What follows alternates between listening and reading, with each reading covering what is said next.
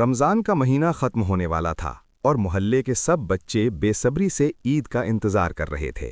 علی اور اس کی بہن عائشہ بھی بہت خوش تھے۔ شام کے وقت ابو نے ٹی وی پر چاند دیکھنے کی خبر سنی۔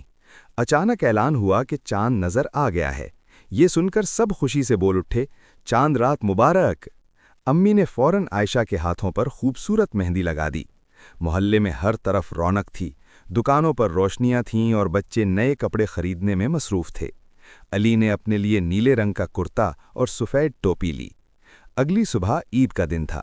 علی جلدی اٹھا، نہایا اور اپنے نئے کپڑے پہن لیے۔ ابو کے ساتھ وہ عید کی نماز پڑھنے مسجد گیا۔ نماز کے بعد سب لوگ ایک دوسرے کو گلے مل کر کہنے لگے، عید مبارک! گھر آ کر امی نے مزیدار سیویاں اور مٹھائیاں بنائی تھیں۔ علی اور عائشہ نے مزے سے ناشتہ کیا، پھر رشتہ داروں اور پڑوسیوں کے گھر جا کر عید کی مبارکباد دی۔ علی کو سب سے زیادہ خوشی اس وقت ہوئی جب ابو نے اسے عیدی دی۔ علی نے اپنی عیدی میں سے کچھ پیسے ایک غریب بچے کو دے دیے۔ اس دن علی نے سیکھا کہ عید خوشیاں بانٹنے کا نام ہے۔